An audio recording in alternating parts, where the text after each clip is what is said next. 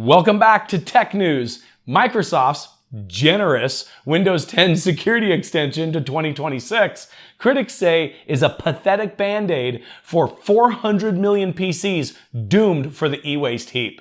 Meanwhile, in kind of a poetic end for a large portion of developers for the popular game Candy Crush, nothing says thanks for your service like being replaced by the very AI you created. And congratulations to Nvidia for reaching a $4 trillion market cap, and all they had to do was abandon the gamers who built their brand. Well, let's get into it. So, with end of support for Windows 10 coming soon, Microsoft is planning to provide extended updates. As we've discussed before, several times in fact, you either have the option to pay $30 for extended updates or jump through a few hoops in order to get those extended updates for free. You can also just upgrade to Windows 10 LTSC like we covered in our last video. However, these solutions simply don't fix the problem. According to a Windows Central article published on July 4th, the Public Interest Research Group labels these solutions as just plain inadequate, stating that it won't make a dent in the crisis. And a crisis it is, with an estimated 400 million computers not capable of running Windows 11.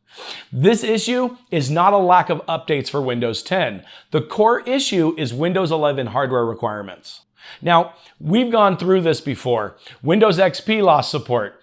Windows 7 lost support. It sucked because people really loved those operating systems. But in those situations, we were always able to upgrade to the next version of Windows. In this case, for most people, they're simply not able to.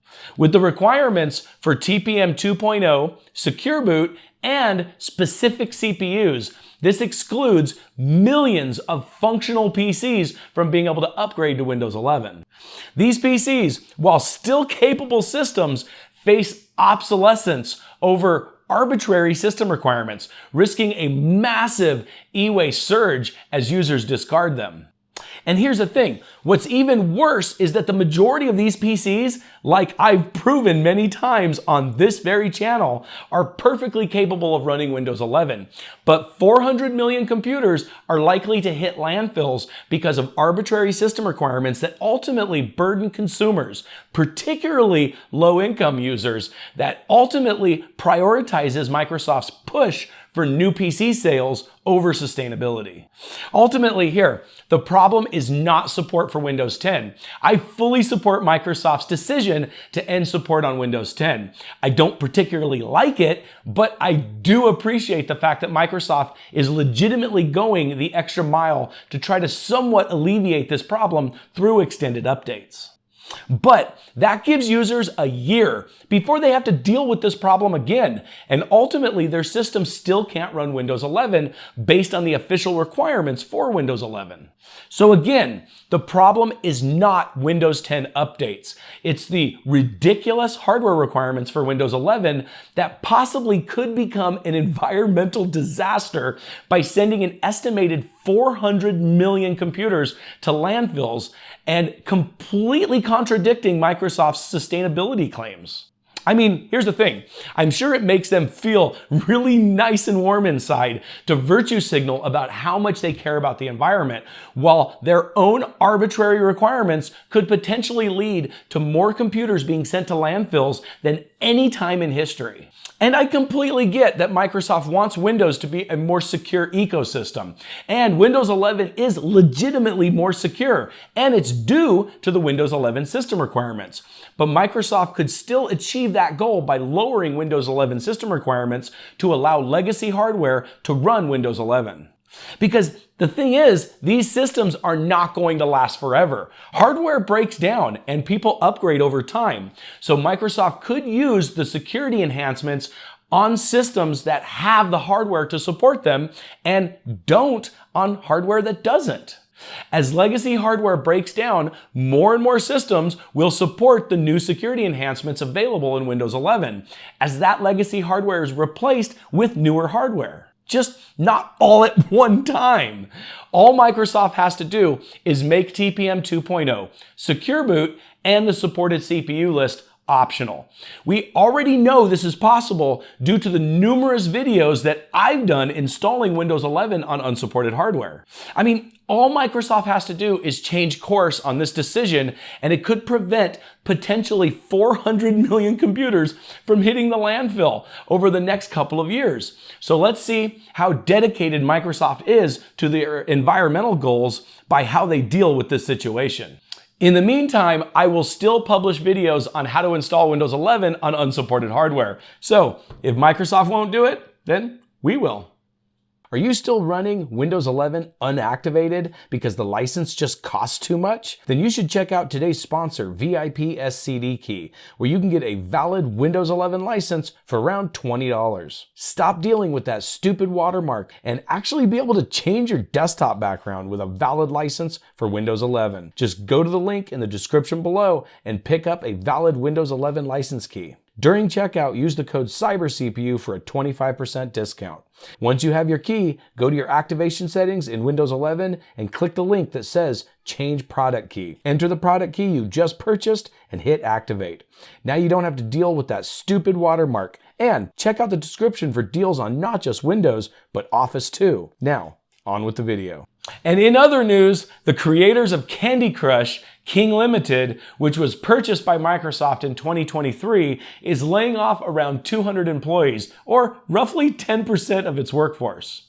Now, the fact that they're being laid off isn't actually the story. What makes this story noteworthy is that many of the Candy Crush team are being replaced by the AI tools that they helped develop.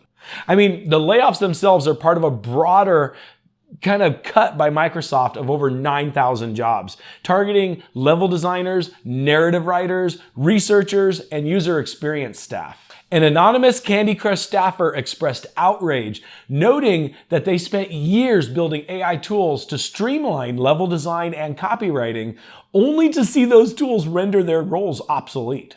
One developer stated that most of the level design team has been completely wiped. They've spent months building tools to craft levels quicker. Now those AI tools are basically replacing the entire teams. And the copywriting team faces similar cuts, with AI now handling narrative tasks that it was trained to do. King's leadership justified the layoffs as a restructuring to boost efficiency and to drive growth. However, staff criticized the move as prioritizing profits over people. But then, just to play devil's advocate here, you can either pay a developer $100,000 a year or a computer program to do exactly the same thing for nothing. It's kind of a no-brainer, isn't it? Seriously, what did they think was going to happen? Ultimately, though, I think we're going to start seeing stuff like this a lot more as AI continues to get better and better. This story, though, kind of highlights a kind of dystopian irony of developers building AI tools to enhance their own work just to have those tools replace them. Microsoft has invested $80 billion in AI infrastructure, and it looks like the human cost of that is quite evident. But we all kind of knew it was going to be, and we haven't even seen the full effects of it yet. As AI continues to become more and more advanced, it's going to be able to replace more and more jobs. But this does put us in kind of a moral dilemma. As technology increases, sometimes jobs disappear. This is the whole reason why we don't have chambermaids anymore to clean out our chamber pots. Personally, I kind of like having indoor plumbing, even if it did destroy an entire industry. So, as technology moves forward, some jobs become obsolete. It's just unfortunate that in this situation, the jobs that are becoming obsolete happen to be highly professional jobs. But with that said, if we kind of have to wonder if AI is going to be able to match the creativity of humans who once held these positions. To date, Candy Crush has made over $20 billion, and it may be the human touch that made the game so iconic to begin with. Will AI tools be able to match that? I guess only time will tell. But let me know down in the comments below what you think. AI could streamline game development and make it so we don't have to wait several decades for the next GTA to come out. But at the same time, will AI be able to achieve the same greatness that we've always relied on human developers for up until now? But with that said, in news that 20 years ago, I never thought I would be saying, Nvidia has achieved a serious historical milestone, becoming the first publicly traded company to reach a $4 trillion market cap, surpassing giants like Apple and Microsoft. Unfortunately, though, the reason why this is a reality is because this unprecedented valuation only underscores Nvidia's dominance in the AI sector, where its chips power the world's most advanced AI systems. The company's pivot to AI has definitely driven explosive growth. Nvidia's H100 and upcoming Blackwell chips have become the backbone of generative AI platforms, enabling breakthroughs in natural language processing, computer vision, and autonomous systems. However, even as Nvidia is essentially printing money at this point, the success comes at the expense of gamers who built Nvidia to begin with. In the 90s and 2000s, Nvidia's GeForce GPUs became the gold standard for PC gaming, earning them a loyal community that propelled that company to prominence. Yet, as Nvidia's focus has shifted to AI and data centers, which now account for 80% of its revenue, gamers are increasingly feeling kind of sidelined. High-end RTX series cards, while incredibly powerful, carry exorbitant prices and feel a little phoned in, don't they? I mean, generational increases have been decreasing, while the last generation focused more on AI enhancements than raw performance. Now, a lot of this likely has to do with the fact that Nvidia's R&D investments are heavily skewed towards AI platforms like CUDA-X and Omniverse, offering little more than table scraps for the gaming community that once defined its brand. It's no surprise that Nvidia CEO Jensen's vision of AI is it being the new industrial revolution. This has absolutely marginalized gamers with Nvidia's limited innovation in consumer-grade GPUs compared to its AI accelerators. Ultimately, this leaves gamers with fewer affordable options. At this point, Nvidia thinks they're doing us a favor by creating new GPUs because their $4 trillion valuation reflects their AI dominance, not their desktop GPUs. I mean, the further Nvidia gets from its gaming roots, the more and more it alienates the community that fueled its early success. The closer we get to the day that Nvidia decides that it doesn't make desktop GPUs anymore, because unfortunately, there's just not enough money in it. So it's probably obvious that I'm a little bitter, isn't it?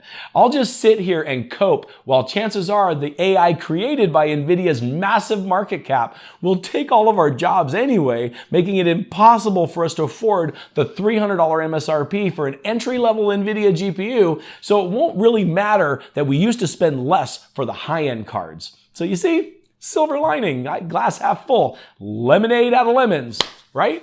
But that's what I have for you today. Hopefully none of these topics were as controversial as our last tech news video. That one made some of you guys pretty mad at me. But I'm sure if you stuck with me to this point in the video, we're all good now. So in that case, you'll probably like one of these videos. As always, you guys have a great day.